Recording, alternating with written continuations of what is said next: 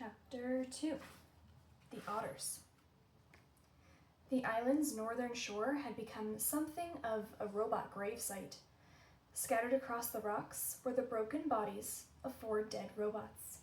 They sparkled in the early morning light, and their sparkles caught the attention of some very curious creatures. A gang of sea otters was romping through the shallows when one of them noticed the sparkling objects. The otters all froze. They raised their noses to the wind, but they smelled only the sea, so they cautiously crept over the rocks to take a closer look. The gang slowly approached a robot torso.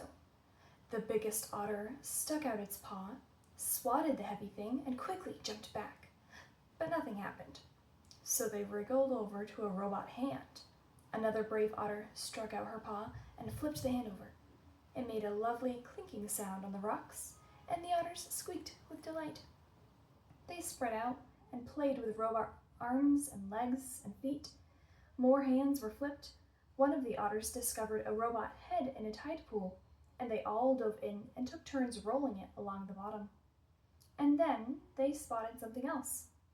Overlooking the gravesite was the one surviving crate.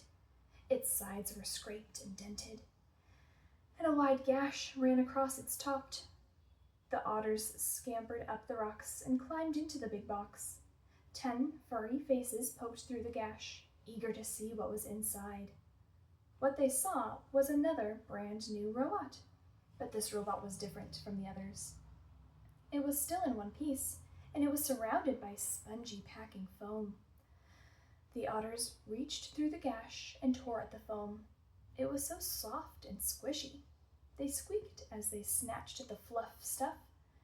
Shreds of it floated away on the breeze, and in all the excitement, one of their paws accidentally slapped an important little button on the back of the robot's head. Click! It took a while for the otters to realize that something was happening inside the crate, but a moment later they heard it, a low, whirring sound. Everyone stopped and stared, and then the robot opened her eyes.